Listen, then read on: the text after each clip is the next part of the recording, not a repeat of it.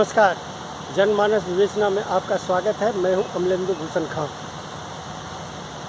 भाजपा राष्ट्रीय कार्यकारिणी की बैठक चल रही है और बैठक का आज दूसरा दिन है। आज अंतिम दिन है। आज महत्वपूर्ण फैसले लिए जा सकते हैं, लेकिन एक बात जो सामने आ रही है वो विपक्ष की राजनीति को लेकर के बार बार भाजपा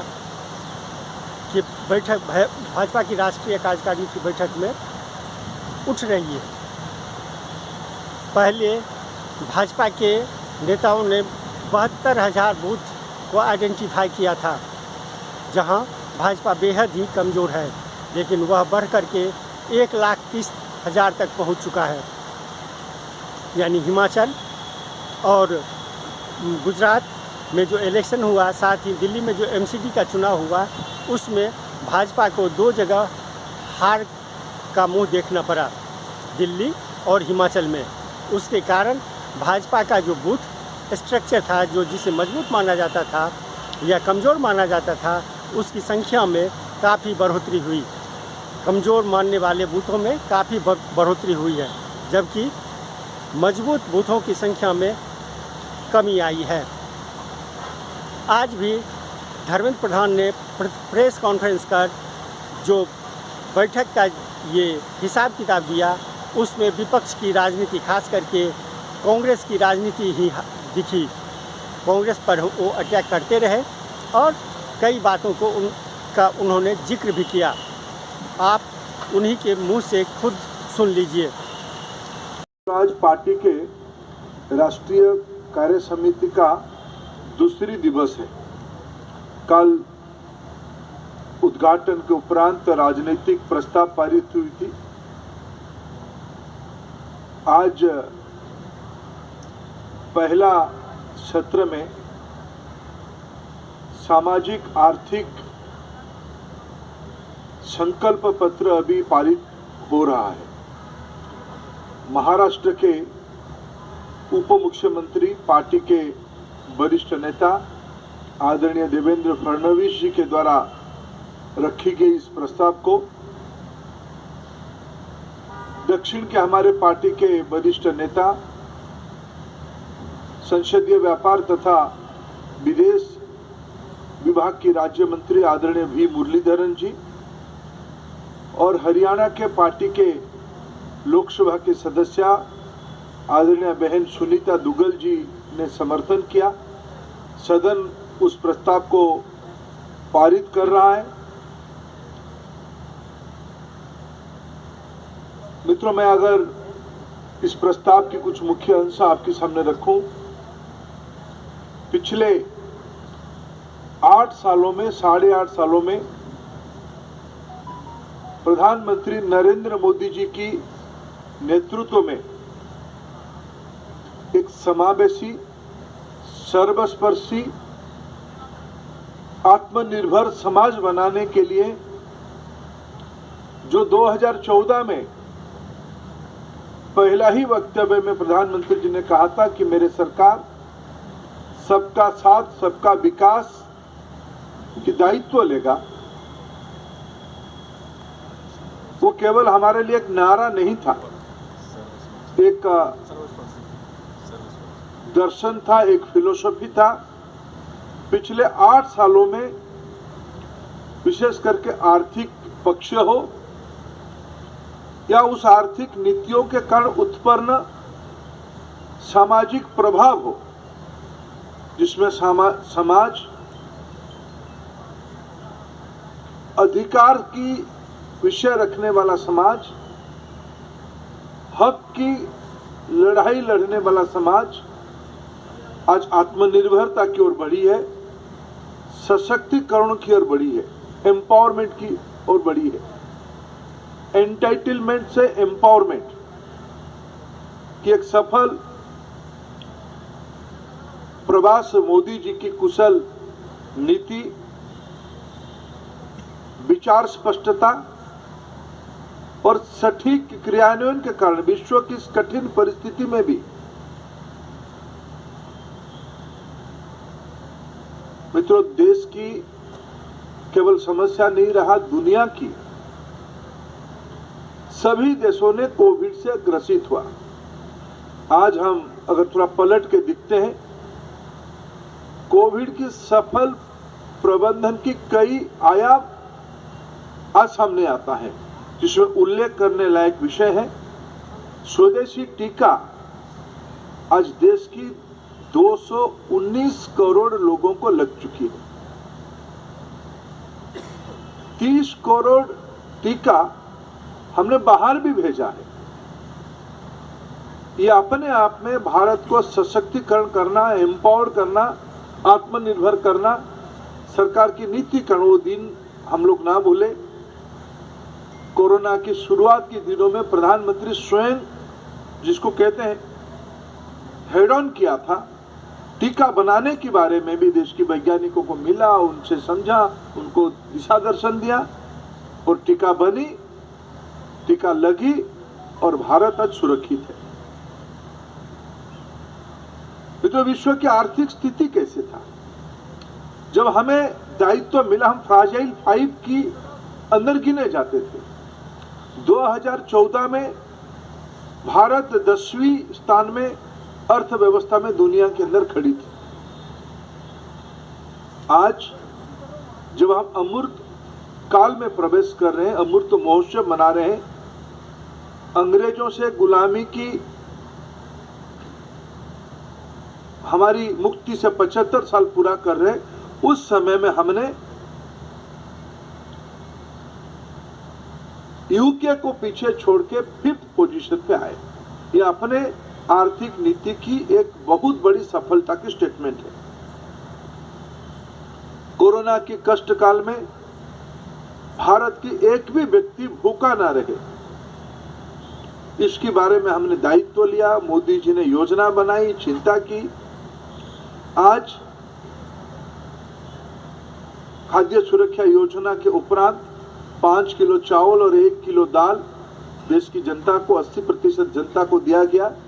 और आज तो संपूर्ण मुफ्त में खाद्य सुरक्षा व्यवस्था, जो कुछ मूल्य होता था उसको शून्य करके बिना मूल्य की व्यवस्था कर दी गई है।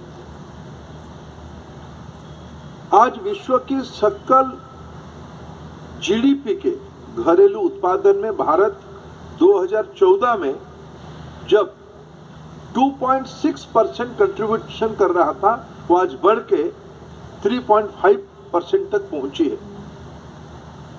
मित्रों, ये इससे बढ़िया संजोग आजादी के अमृत महोत्सव की अवसर पे कुछ नहीं हो सकता है। देश में जीएसटी कलेक्शन बढ़ी है। 2014 और 22 की अगर हम तुलना करें, लगभग 22.6% टैक्स कलेक्शन बढ़ी है।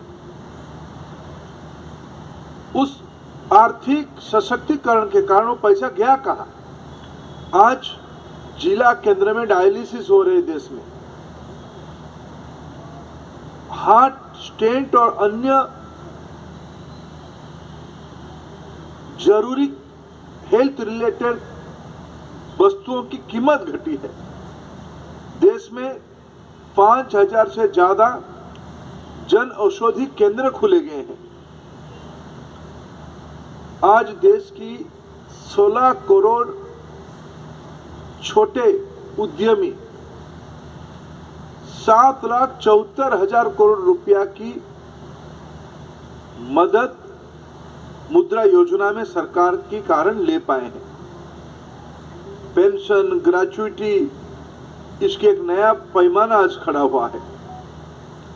मध्य वर्गीय लोगों की घर बनाने की आकांक्षा के लिए ऋण देने की स्लैब को बढ़ाया गया और सुविधा उपलब्ध करवाया गया है। किसानों की बारे में समग्रता से चिंता करना, किसान की मार्केटिंग फैसिलिटी बढ़े, किसान की उत्पादित चीजों को सटीक मूल्य मिले, इसकी कई योजनाओं को आज सामने लाया गया है।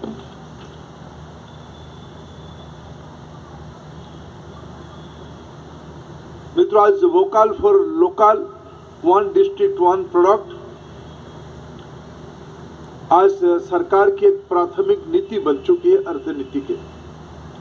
Bharatmala, Sagarmala, dedicated freight corridor, उड़ान, भारत ब्रॉडबैंड नेटवर्क, ये सब के कारण देश की 21st सेंचुरी इंफ्रास्ट्रक्चर, रास्ते थे, बंदरगाह था, विमान अड्डा था, लेकिन आज हवाई चप्पल वाला भी हवाई जहाज में बैठे भारत के अंदर इनलैंड वाटर को बढ़ाते हुए क्रूज टूरिज्म डेवलप हो। यह सिर्फ किताबी बातें अभी नहीं रहा है, ये सब देश के अंदर जिला केंद्र कमिश्नरेट हेडक्वार्टर में यह उसका अनुभव देश की मध्य वर्गीय नागरिक, सामान्य नागरिक लेना शुरू कर दिया है। मित्रों, कभी देश में नौजवानों की भविष्य को लेके हम सब चिंतित होते थे। रोजगार, स्वरोजगार, ये विषय चर्चा में रहती थी। पिछले कोरोना के समय में देश में स्टार्टअप्स की दुनिया की, मैं बहुत पुरानी बात नहीं कह रहा हूं, 8 साल के अंदर मैं पिछले 2 साल की बात को उल्लेख करना चाहूंगा। आज देश की नौजवान जॉब सीकर से जॉब क्रिएटर बन रहा है। 100 से ज्यादा यूनिकॉर्न, अभी हमारे प्रस्तावकों ने कई उदाहरण दिया। देश की नौजवान अपने पैर पे खड़ा होने के लिए उद्यमी बन रहा है। आत्मनिर्भर भारत, गरीब कल्याण योजना, जब कोरोना आई 20 लाख करोड़ रुपया की पैकेज से लेके सेक्टर स्पेसिफिक इंडियन मार्केट की उत्पादन को पूरा करने के लिए, देश की एक्सपोर्ट बढ़ाने के लिए प्रोडक्शन लिंक इंसेंटिव की एक नई चाल बिछाया गया है, जिसके कारण देश में रोजगार, स्वरोजगार की नंबर बढ़ रहे हैं। यह अनुमान किया गया कि देश की अगर लॉजिस्टिक को सरलीकरण किया जाए, सिंप्लीफाई किया जाए, रिफॉर्म्स के माध्यम से देश निवेश के लिए आकर्षक स्थान होगा। गति शक्ति योजना उसकी परिणाम है। देश में नया लॉजिस्टिक पॉलिसी लाया गया। राज्य सरकारों को, भारत सरकार की विभिन्न विभागों को, देश की उद्योग जगत को पहली बार एक गति शक्ति फ्रेमवर्क में जोड़ने की व्यवस्था किया गया है। डीबीटी आज पिछले 8 साल में direct benefit transfer 22.6 lakh crore रुपया की डीबीटी दिया गया है लोगों को। कभी आप कल्पना करिए, ये कहा जा रहा था कि दिल्ली से 1 रुपया भेजे तो गरीब की जेब में 15 पैसा जाता था। आज 1 रुपया भेजे तो चंद मिनट के अंदर उसके जेब में 1 रुपया चला जाता है, जिसके हिसाब में आपके सामने मोदी जी की 8 साल की उपलब्धि को गिनाते हुए दे रहा हूं। 22.6 लाख करोड़ रुपया पिछले दिनों में गया है। मित्रों, ऐसे ही एकलव्य विद्यालय माध्यम से विशेष करके वनवासी आदिवासी लड़कों को, लड़कियों को पढ़ाने के लिए, खेल में उत्कृष्टता खड़ा करने के लिए आज 700 से ज्यादा एकलव्य विद्यालय खड़े किए जा रहे हैं। उनके लिए सीधा भारत सरकार की स्कीम लागू किया गया है। इकोनॉमिक वीकर सेक्शन के लिए आरक्षण की व्यवस्था की गई है।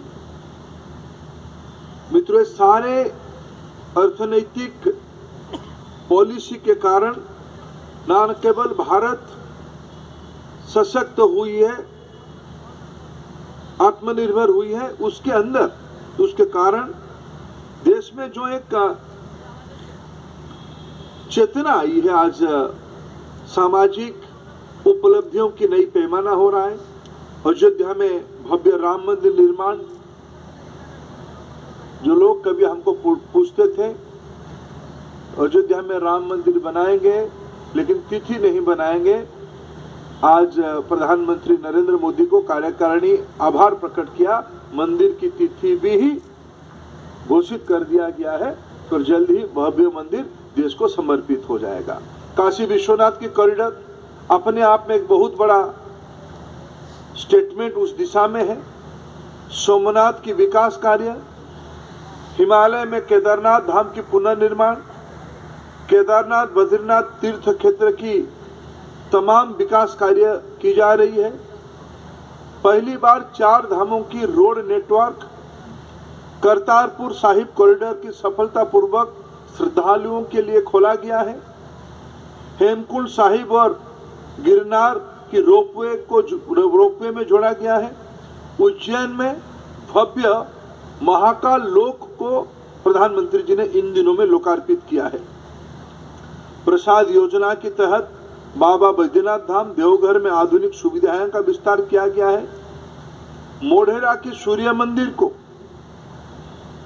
हेरिटेज लाइटिंग यानी सोलार लाइट से, सोलार एनर्जी से लाइटिंग की व्यवस्था किया गया है।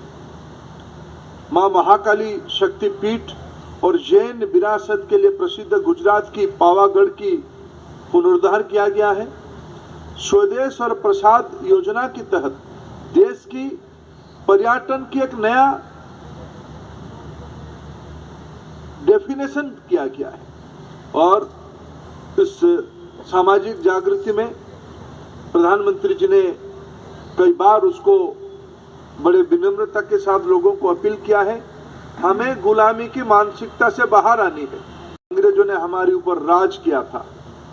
आजादी के अमृत महोत्सव ने प्रधानमंत्री जी ने उस राजपथ के नाम को बदल के कर्तव्य पथ किया है।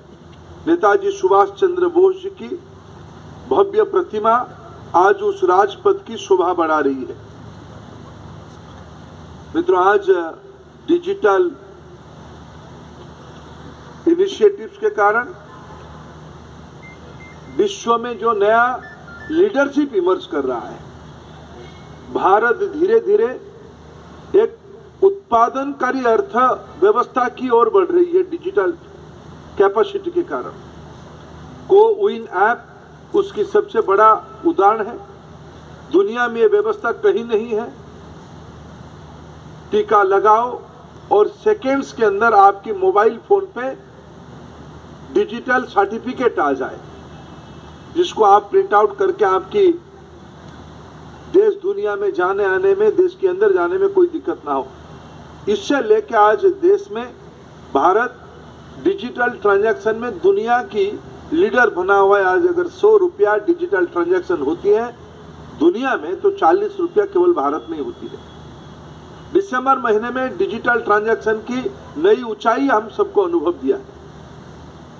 यह केवल ट्रांजैक्शन नहीं हो रहा है, भारत की लोगों की टेक्नोलॉजी अडेप्टेबिलिटी। सामान्य लोगों, जब प्रधानमंत्री जी ने 7 साल पहले ये कहा था हम डिजिटल इंडिया की इनिशिएटिव लेंगे, तब लोगों ने उनको, हमारे राजनीतिक प्रतिद्वंदियों ने ना समझ के, जैसे उनके अभ्यास रहता है गाली दे देना, उन्होंने टिक्का किया था, परिहास किया था। वो आज उसका आनंद ले रहे हैं। मित्रों, मैं खुद के अनुभव बताऊं तो 1 जनवरी को मैं खुद ही कहीं ट्रैफिक में फंस के जब गाड़ी से उतर के ऑटो में गया, मेरे चिंता पहले आई। ऑटो में तो बैठ गया, कैसे मैं उसको उसकी भाड़ा दूं। मेरे पीएसओ को पूछा आपके पास भाड़ा है क्या? बोला मेरे पास भी कैश नहीं है। फिर हमने उनको पूछा, हमारी दुविधा को ध्यान में रखते हुए कोई चिंता मत करिए, वो पूछा हमको आपके पास फोन पे पेमेंट करने की व्यवस्था है कि नहीं है। मेरे पास तो नहीं था, मेरे पीएसओ के पास था। हमने 100 रुपया की पेमेंट 1 जनवरी को पे करके मैं सुखद अनुभव लिया। ये भारत की नई डिजिटल कैपेसिटी की सबसे बड़ा स्टेटमेंट है। भारत में कहीं भी जाइए, वो रेडी पटरी वाला से लेके हाई वैल्यू की ट्रांजैक्शन की पेमेंट डिजिटल प्लेटफॉर्म पे हो रही है। आने वाले दिनों में विश्व की अर्थनीति भारत की इस मॉडल को अडॉप्ट करने वाला है। वैश्विक नेतृत्व भारत ले रहा है। आज एक अलग से प्रस्ताव पारित हो रहा है लेकिन आज एक ही लाइन में कहूं, आज इस प्रस्ताव ने, अर्थनैतिक सामाजिक सशक्तिकरण के इस प्रस्ताव ने G20 की सफल प्रेसिडेंसी के लिए, जिसकी काम अभी शुरू हुआ है, प्रधानमंत्री जी के नेतृत्व को सराहना किया है, उनको प्रशंसा किया है। मित्रों, मैं अगर एक विषय पे आज की हमारी अर्थनीति और सामाजिक सशक्तिकरण की इस प्रस्ताव में कहूं, भारत एक समय में एक कुंठित अर्थव्यवस्था के रूप में जाना जाता था। आज भारत में कोई नीति बनती थी तो चंद लोगों के लिए नीति बनती थी, उसके लिए मारामारी, उसके लिए व्यग्रता, उसके लिए सारे बाकी चीज होता था। आज प्रधानमंत्री की इस नीतियों के कारण आज एक सैचुरेशन की अर्थव्यवस्था यानी सबके लिए करना होगा। स्कीम चंद लोगों के लिए नहीं है, सभी के लिए। गांव में जितने लोग हैं, जितने गरीब हैं, जितने मध्यवर्गीय, सभी के लिए आज एक पॉलिटिक्स ऑफ सैचुरेशन की ओर हम बढ़ रहे हैं, गवर्नेंस ऑफ सैचुरेशन की ओर बढ़ रहे हैं। तृप्ति की जिम्मेवारी को लेकर आज हम आगे बढ़ रहे हैं। मैं कार्य समिति जो प्रस्ताव को पारित किया प्रधानमंत्री जी की सफल नीति के कारण, कुछ विषय आपके सामने मैंने उल्लेख किया। मोदी सरकार के अंतर्गत गरीबों की अधिकार से सशक्तिकरण की ओर बढ़ने की कदम, ये प्रस्ताव मैं आपके सामने उपस्थापित किया। मैं सारे प्रस्ताव में और भी डिटेल है जो आपको थोड़ी देर में मिलेगा, लेकिन ये विपक्ष को मैं गणतंत्र में, प्रजातंत्र में उसके आलोचना को पॉजिटिव स्पिरिट में लेता हूं। उनको तो भी कुछ काम होनी चाहिए, उनको करने दीजिए। विश्व की एक भी देश नहीं है, एक भी बड़ा अर्थशास्त्री नहीं थे, मैं वो दिन भुला नहीं, उनका नाम मैं लेना नहीं चाहता हूं, जिनको बड़े बड़े अवार्ड भी मिला है दुनिया में। उन्होंने 2020 में मोदी जी की नीति को आलोचना किया था। वो आज इस परिस्थिति में भी अभी मुद्रास्फीति की दर विश्व की अन्य देशों की तुलना में, डेवलप्ड देशों की तुलना में आदर्श की स्थिति में है। यही अपने आप में हमारा एक जिम्मेवार वाला अर्थनीतिक मॉडल का प्रमाण है। दुनिया की समस्या है, उसके अंदर भारत तुलनात्मक रूप से, जब हम एनर्जी इंपोर्ट करते हैं, जब ग्लोबल फूड चेन डिसरप्ट हो गया, उसके अंदर भी भारत की अर्थनीति मजबूत पैर पे खड़ा है। इसलिए हमने 5th पोजीशन पे यहाँ आया है। मैं तुलना करके आपको कह रहा हूँ, इतने यंग एंटरप्रेन्योर पिछले दिनों में नहीं निकलते थे। आज देश की नौजवान जॉब प्रोवाइडर बन चुका है। डिजिटल इकोनॉमी की नई नेटवर्क आ गई है। जब हम पॉलिटिक्स गवर्नेंस ऑफ सैचुरेशन कहते हैं तो प्रधानमंत्री आवास योजना हमको याद आती है। हर घर में नल में जल पहुंचाने की बात याद आती है, हर घर में बिजली पहुंचाने के लिए बात आती थी। आखिर देश की आजादी के 70-72 साल के बाद करोड़ों की संख्या में घर ना हो, बिजली ना पहुंचे, स्वच्छ ईंधन ना पहुंचे, बैंक खाता ना खुले, जिसको पिछले 8 साल में प्रधानमंत्री जी ने किया। और इस बीच में मैं खुद ही का एक विषय भूल गया, राष्ट्रीय शिक्षा नीति भी हमारी नव जागृति का एक बहुत बड़ा सुधार की पॉलिसी है। इसी को हमने कहा, विशेष करके जो 2-3 उदाहरण मैंने बताया, price rise, inflation, all these are global issues. Bharat को मैं अगर कंपैरेटिव स्थिति में खड़ा करूं, हम आज बहुत मजबूती की स्थिति में खड़े हैं।